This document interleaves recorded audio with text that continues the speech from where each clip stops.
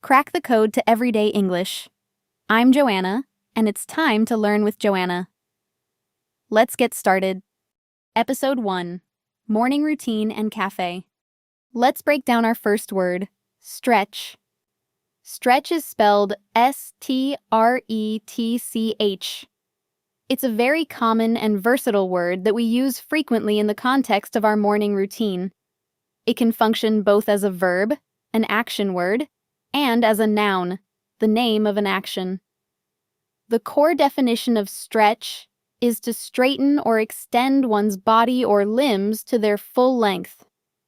It's that satisfying action where you reach your arms out wide or make your legs long. Let's look at how we can use it, using different grammatical forms. First, we have the present continuous verb form. She is stretching her arms in bed. This describes the physical movement happening right now. It's that natural instinct most of us have as soon as we open our eyes. Then, there is the past simple verb form. He stretched before starting his morning jog. This form tells us the action was completed at a specific time in the past. It's an essential part of preparing for a morning run, or even a long day of sitting at a desk. Finally, we have the noun form, where stretch refers to the activity itself as a complete act. A good morning stretch wakes up the body. This is often described as feeling deeply invigorating, or even a daily ritual for some. So, whether you are doing a few quick reaches in bed, or practicing a full yoga routine, that is a stretch. It's an active, healthy way to transition from rest to activity, waking up your muscles and your body. Let's move on to our next essential morning vocabulary word, yawn. Yawn is spelled Y-A-W-N. Just like the word stretch, yawn is highly versatile because it can function as both a verb, an action, and a noun, a thing. The core definition of a yawn is to open the mouth wide and inhale deeply, usually due to tiredness or boredom. It's an involuntary reflex, meaning your body often does it automatically, to try and bring more oxygen into your system when you are feeling sleepy or sluggish. Let's take a closer look at how we can use this word in different grammatical contexts. Verb, present continuous. First, let's look at the action happening right now. We use the present continuous form, yawning. Example sentence: she is yawning at her desk. This describes a continuous action. Imagine someone studying early in the morning with a book and a cup of coffee open in front of them, struggling to stay awake. As they sit there, they are actively yawning. Verb, past simple. Next, if the action already happened and is finished, we use the past simple form, yawned. Example sentence: he yawned before bed. This is a completed action in the past. It's that classic scene of someone in their pajamas, rubbing their eyes, and letting out one final yawn, right before climbing into bed to go to sleep. Verb, base form. We also frequently use the base form, yawn, especially after verbs that cause an action to happen, like make. Example sentence: the long meeting made him yawn. In this context, yawn is the base verb. This highlights the other major cause of yawning, boredom. Even in a professional setting, like a boardroom meeting, a long and tedious presentation can make it impossible to stop yourself from yawning. Whether it's a sign that you just woke up, a signal that you are ready for bed, or a reaction to a boring situation, a yawn is something everyone experiences. And here is a quick fun fact for your listeners. Yawning is famously contagious. Often, just reading the word, hearing someone talk about it, or seeing someone else do it will make you want to let out a big yawn yourself. Let's dive into a word that is absolutely essential for any morning routine or cafe visit. Brew. Brew is spelled B-R-E-W. This is a fantastic word because, just like our previous vocabulary, it is incredibly flexible. It can be used as a verb to describe the action of making a drink, or as a noun to refer to the drink itself. The core definition of brew is to prepare coffee or tea by mixing it with hot water. It implies a process of extraction, where hot water infuses with coffee grounds or tea leaves to create a rich, flavorful beverage. Let's break down how to use this word with 3 very practical examples and different grammatical forms. Verb. Present continuous. When the action of making coffee is actively happening right now, we use the present continuous form, brewing. Example sentence: the machine is brewing a fresh cup.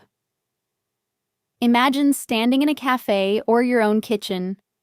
You hear the hiss of the steam and see the rich, dark liquid dripping into the mug.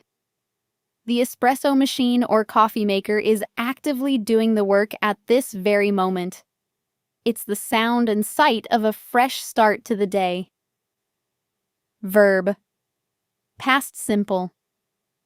If the coffee-making process is finished, we switch to the past simple form, brewed. Example sentence: she brewed coffee using a pour-over method. This tells us about a completed action in the past. It also highlights a specific technique. A pour-over method is a manual way of making coffee where you carefully pour hot water by hand over coffee grounds in a filter. Saying she brewed it this way shows she took her time to make a quality cup. Noun. Finally, brew can be a noun. In this context, it refers to the beverage itself, or the specific batch of coffee or tea you are making. Example sentence: a careful brew requires attention to detail. Here, brew is a noun, meaning the actual preparation or the final drink. For coffee lovers, a great brew isn't an accident. It requires paying attention to details like steep time, for example, letting a French press sit for exactly 4 minutes, water temperature, and the quality of the coffee grounds. You might also hear someone casually say, "This is a delicious brew," when praising a cup of coffee. To sum up, whether you rely on an automatic machine, love the art of a manual pour-over, or prefer pressing your coffee, you are mastering the art of the brew. Moving on to our next word, and this is something that happens to the best of us, especially when we are still half asleep in the morning. Our word is spill. Spill is spelled S-P-I-L-L. This is another highly useful word because it can operate as both a verb and a noun. The core definition of spill is to flow or run over from a container accidentally. The key word here is accidentally. Nobody means to do it, but whether you are rushing to work, clumsily holding a mug, or filling a cup too high, liquids sometimes escape their containers. Let's look at 3 practical ways to use this word in everyday conversations. Verb. Continuous present. When you catch the accident happening right at that exact microsecond, you use the continuous present form, spilling. Example sentence: watch out! The coffee is spilling over the rim. This is a phrase you would yell out to warn someone. Imagine a colleague rushing down the hallway with a giant mug filled to the very top. As they walk fast, the liquid is actively sloshing and splashing over the edges of the cup right now. Verb. Past simple. If the accident has already occurred and the damage is done, we switch to the past simple form, spilled. Note: in British English, you might also see it spelled as spilt, spilt. Example sentence. He accidentally spilled milk on his shirt. This describes a completed action in the past. Picture someone pouring milk into their morning cereal or coffee, looking away for a second, and boom! A white splash ends up right on their clean work clothes. It's a frustrating but very common morning mishap. Noun phrase. Finally, spill can be used as a noun to describe the actual puddle or mess that was created by the accident. Example sentence. Clean up the spill with a napkin. In this sentence, the spill refers to the puddle of liquid sitting on top of the table or desk. When an accident happens, the very next step in your morning routine is grabbing a napkin, paper towel, or cloth to wipe it away and restore order to your space. So, whether it's coffee splashing over the rim, milk ruining a fresh shirt, or a puddle on the counter waiting to be cleaned up with a napkin, you now know how to use spill as both an action and a mess. Before we go, here is a famous English idiom related to this word that you can share with your friends. Don't cry over spilled milk.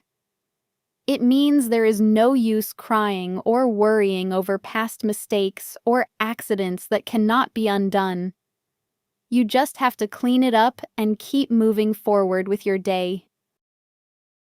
Next up in our morning routine and cafe vocabulary is a word that completes our beverage preparation. Stir.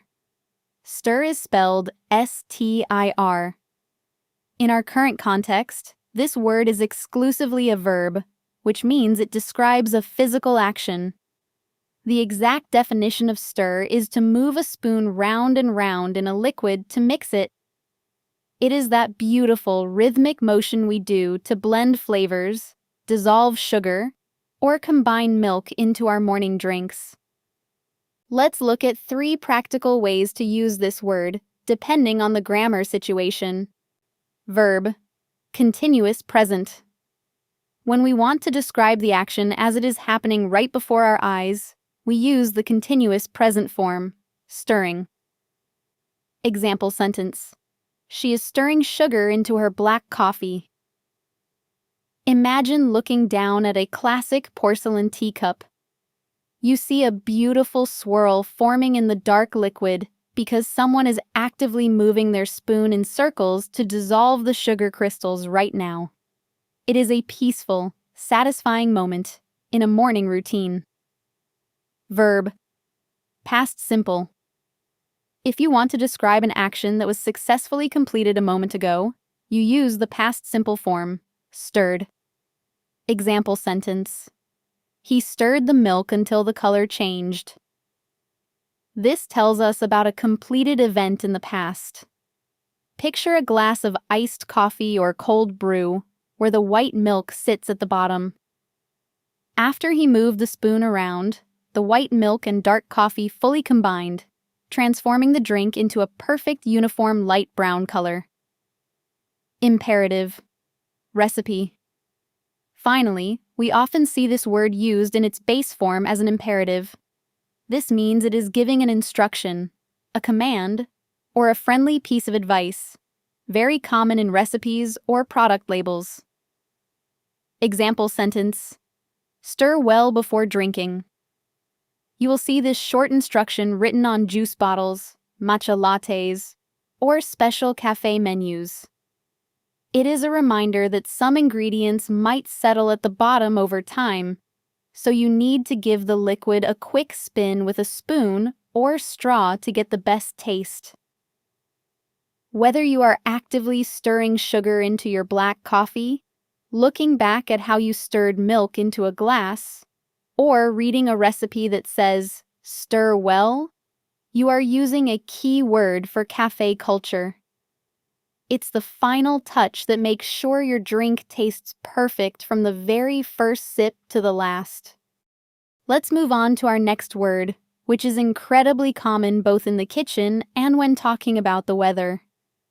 Our word is drizzle. Drizzle is spelled D-R-I-Z-Z-L-E.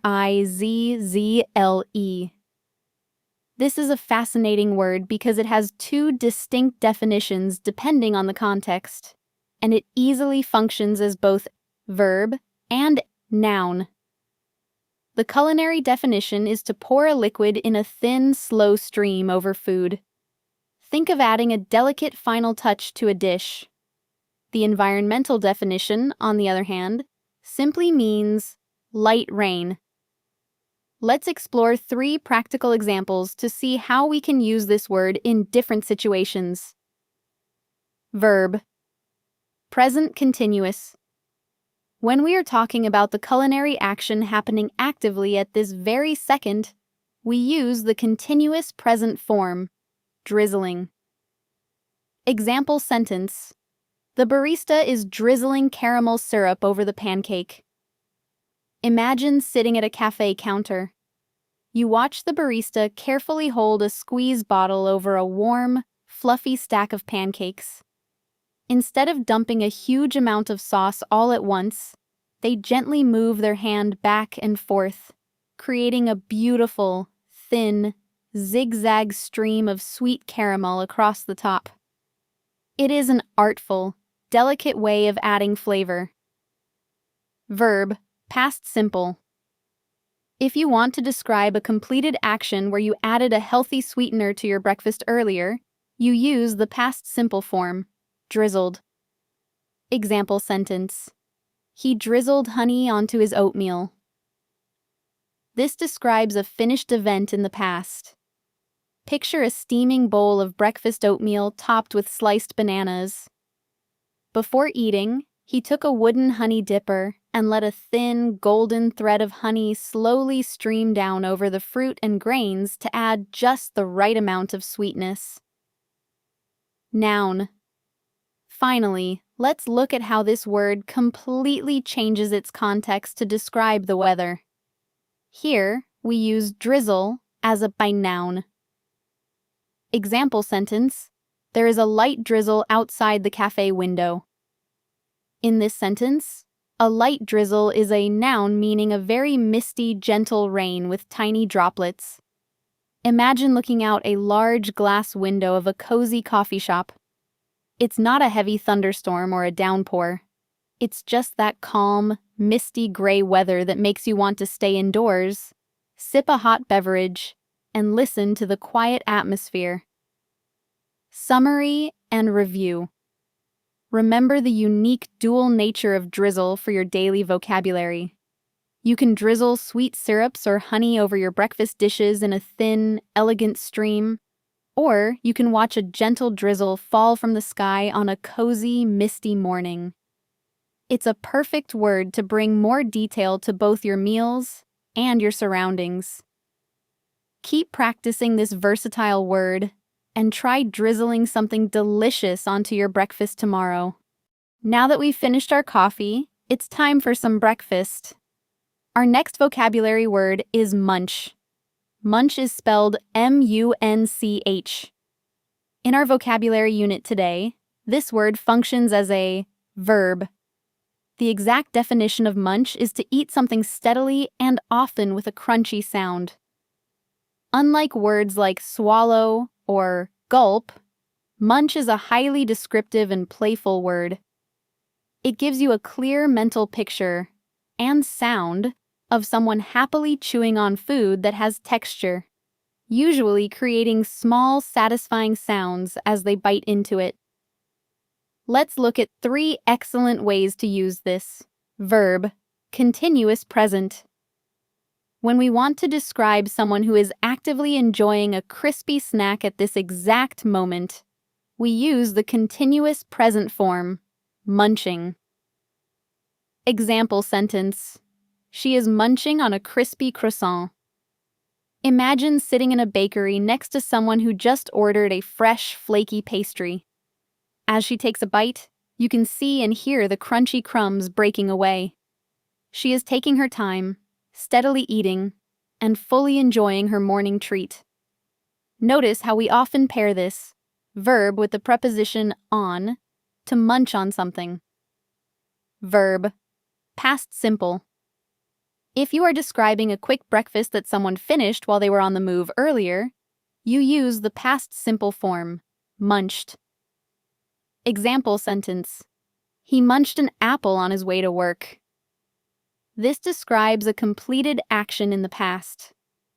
Picture a busy commuter walking down the city street with a briefcase, trying to save time. Instead of sitting down for a full meal, he steadily eats a fresh, crisp apple, making a sharp crunch sound with every step he takes toward his office. Verb: habitual present. Finally, we can use the base form, munch, to talk about general truths, habits, or things that people regularly enjoy doing as a routine. Example sentence: children love to munch on breakfast cereal. This describes a standard habit or preference. Think of a classic morning kitchen scene with a young child sitting at the table. They are happily eating their colorful breakfast cereal, enjoying the crunchy texture of each spoonful mixed with milk. It represents a normal, cheerful daily routine. Whether you are actively munching on a flaky pastry, remembering how you munched on a fresh apple during your commute, or talking about how kids love to munch on their favorite cereal, you are using a fantastic word that adds sound and life to your English. It's all about enjoying foods that have a great, satisfying crunch. Now we arrive at the most enjoyable part of the morning routine: tasting our drink. Our next vocabulary word is sip. Sip is spelled S-I-P. This is a wonderfully expressive word because it can serve as both verb and noun. The dictionary definition of sip is to drink something by taking small mouthfuls. It is the exact opposite of gulping, or drinking something very fast. When you sip a beverage, you are taking your time, enjoying the warmth, and truly tasting the ingredients. It is a slow, mindful way of drinking. Let's explore 3 practical ways to use this word in your everyday vocabulary. Verb: present continuous. When someone is actively taking those small, careful mouthfuls right at this moment, we use the continuous present form, sipping. Example sentence: she is sipping her hot latte carefully. Imagine a cool morning where you are holding a warm ceramic mug filled with a fresh latte. Steam is rising from the cup, and because the liquid is very hot, you don't swallow a huge amount. Instead, you blow on it gently and take a tiny, careful taste. She is actively sipping to enjoy the drink without burning her tongue. Verb: past simple. To describe a completed action that happened during an activity in the past, we use the past simple form, sipped. Example sentence: he sipped his espresso while reading the news. This describes a relaxing past scene in a cafe. Picture someone sitting by the window with a morning newspaper open on the table. Every few minutes, as he reads an article, he pauses to pick up a small cup of espresso, takes a tiny drink, and puts it back down. It highlights a peaceful morning habit. Noun. Finally, sip can be used as a noun to represent a single, small amount of liquid that you drink at one time. Example sentence: take a small sip to taste the flavor. In this case, a sip is a noun. You might say this when you are introducing a friend to a brand new coffee blend or a special tea. You don't want them to drink the whole thing at once. You just want them to try a single, small mouthful to notice the complex flavor notes and quality of the brew. In summary, whether you are carefully sipping a hot latte, looking back at how you sipped an espresso with the morning news, or inviting someone to take a small sip, you are using a perfect word for cafe culture. It reminds us to slow down, appreciate the flavor, and start our day with a sense of calm. Next time you enjoy your favorite beverage, remember to take a slow sip and practice using this word. While our previous word, sip, was all about slowing down and tasting your beverage, our next vocabulary word is the exact opposite. It's a word you use when you are in a massive rush. Gulp. Gulp is spelled G-U-L-P. This is a very expressive word that can function as both a verb and a noun. The literal definition of gulp is to swallow food or drink quickly or in large mouthfuls. When you gulp something, you aren't trying to taste the subtle flavors. You are trying to get the liquid or food down your throat as fast as possible, usually because you are short on time or incredibly thirsty. Let's take a closer look at 3 different ways to use this word in everyday English. Verb, continuous present. When you describe someone who is actively rushing to finish their drink at this exact microsecond, you use the continuous present form, gulping. Example sentence: he is gulping down water because he is late. Imagine a chaotic morning scene. You look at the clock, realize you are supposed to be out the door, and look at your watch in panic. You grab a glass of water and chug it down as fast as you can. He is actively gulping it down because every second counts when you are running late. Notice we often use the phrasal verb gulp down. Verb, past simple. If the quick drinking action is already finished, we use the past simple form, gulped. Example sentence: she gulped her iced coffee in one go. This describes a completed action in the past.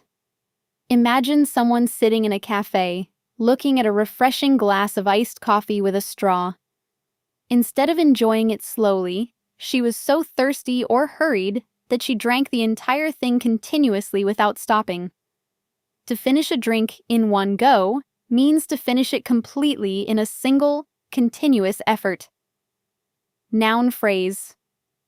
Finally, gulp can be a noun that describes the single, large mouthful, or the swallow itself.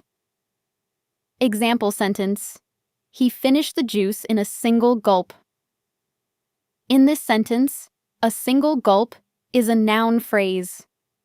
Imagine looking at a bottle of juice where only a small amount is left at the bottom.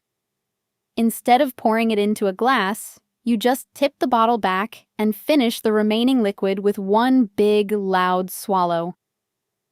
That single action is called a gulp. So, remember the big difference for your morning vocabulary.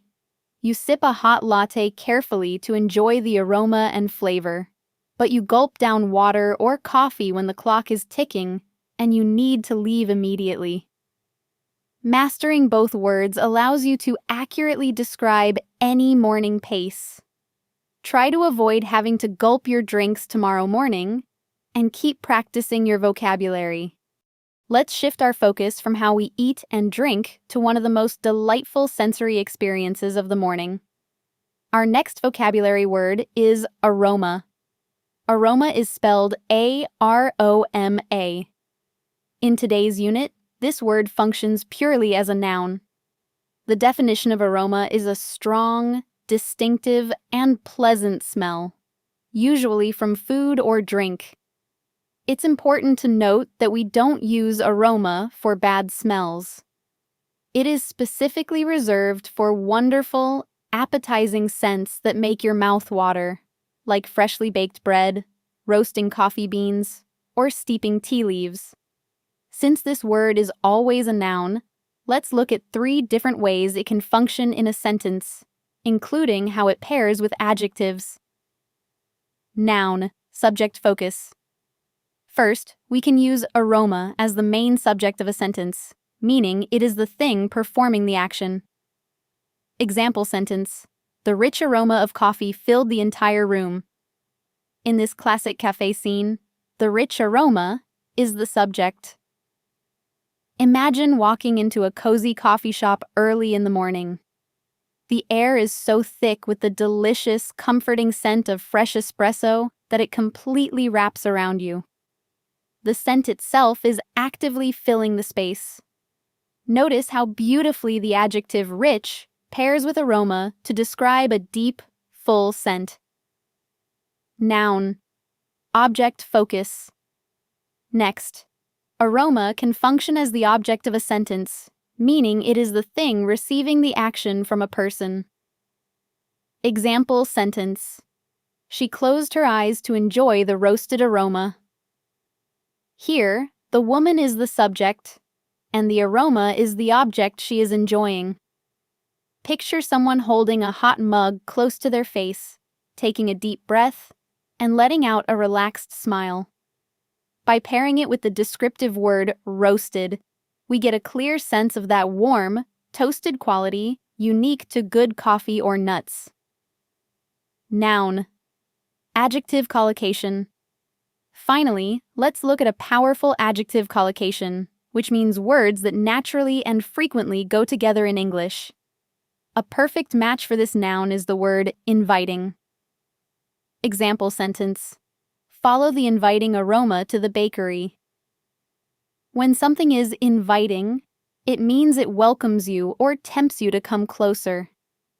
Imagine walking down a city street, catching a sudden scent of fresh pastries in the air, and letting your nose guide you right through the front door of a local bakery. The aroma acts like an invisible hand, pulling you in. Whether you are talking about a rich aroma filling a room, taking a moment to enjoy a roasted aroma from your cup, or following an inviting aroma down the street, you are using a beautiful word that adds flavor and atmosphere to your English. Next time you pass by a cafe or a kitchen in the morning, pause, take a deep breath, and practice using this word to describe what you smell. Awesome job! You made it! You've officially wrapped up episode 1. But remember, to really make your English stick, watching is just the first step. First, put your new vocabulary into action by creating your own original sentences. Write them down or say them out loud. This turns passive listening into active learning. Second, take advantage of the forgetting curve theory by scheduling spaced reviews. Don't just study these words today and forget them. Review them tomorrow, in a few days, and next week to successfully lock them into your long-term memory. Keep up the fantastic work, and I'll see you in the next episode.